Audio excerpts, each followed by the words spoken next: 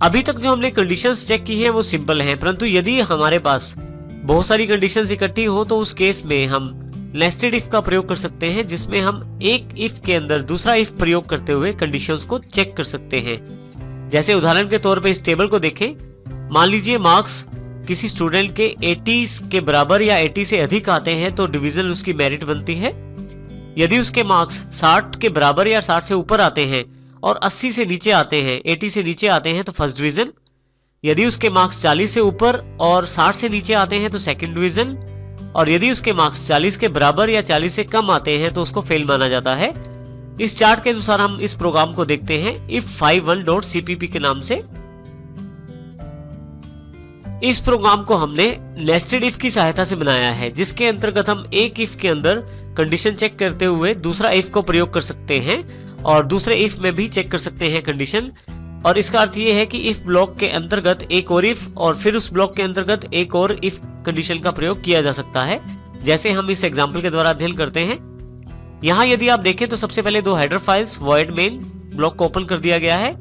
सबसे पहले integer marks लिए गए हैं, जिसमें हम मार्क्स को एंटर करेंगे और स्टोर करेंगे। इंटीजर इसलिए क्योंकि हम यहाँ न्यूमेरिक डेटा से काम करना चाहते हैं।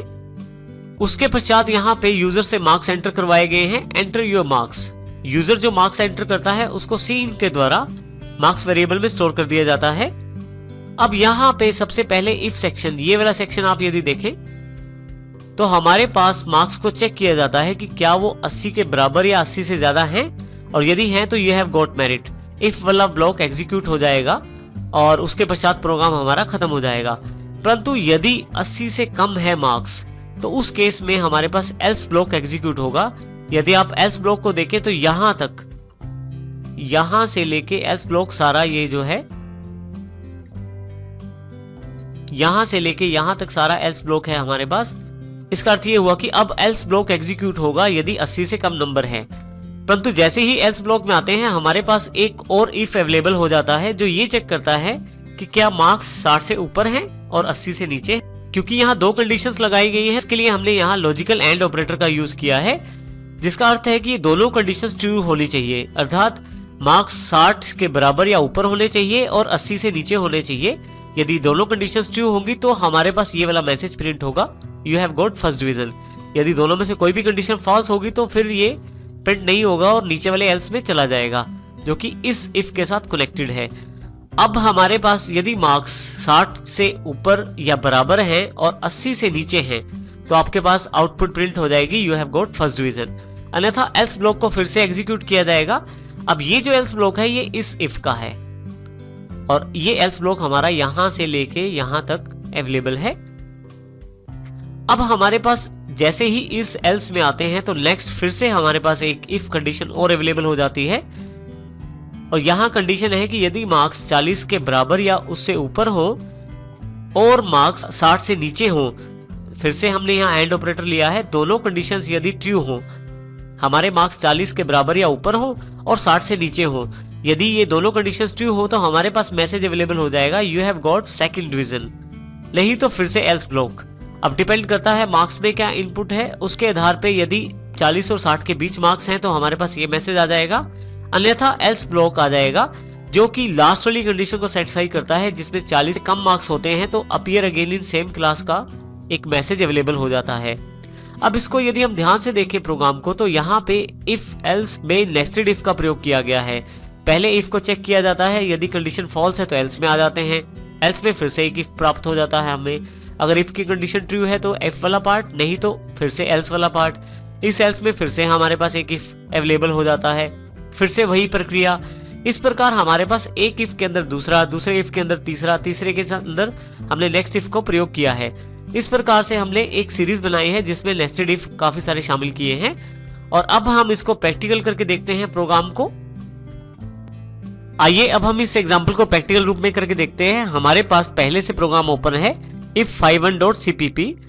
आपके पास ये आपके डीवीडीज में एक्सरसाइज फाइल्स के रूप में उपलब्ध है सारे प्रोग्राम। आप वहां से इनको अपनी कंपाइलर सॉफ्टवेयर की बिन डायरेक्टरी में कॉपी पेस्ट करके प्रयोग कर सकते हैं।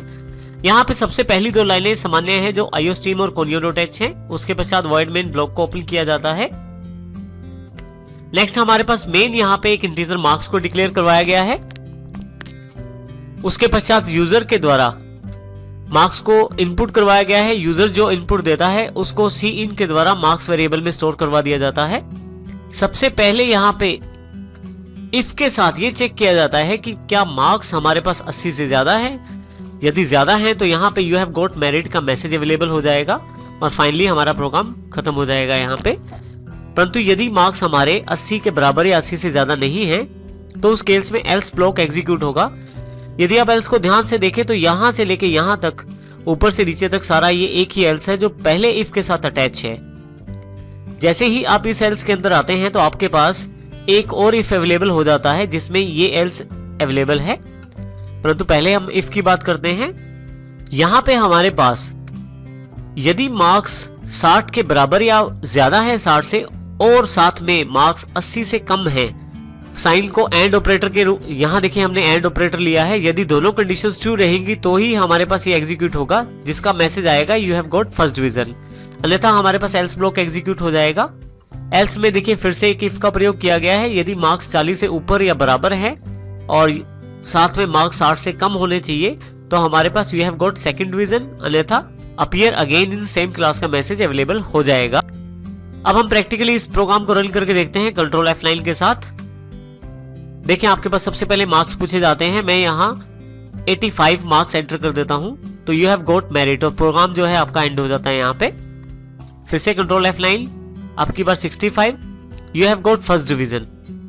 फिर से कंट्रोल F9, अब की बार मैं यहाँ 34 कर देता हूं तो appear again in same class. तो इस प्रकार आप बहुत सारी कंडीशंस को नेस्टेड इफ के साथ आसान बना सकते हैं और नेस्टेड इफ की सहायता से आप अपने प्रोग्राम को आसानी से व्यवस्थित रूप से कंडीशंस के आधार पर बना सकते हैं।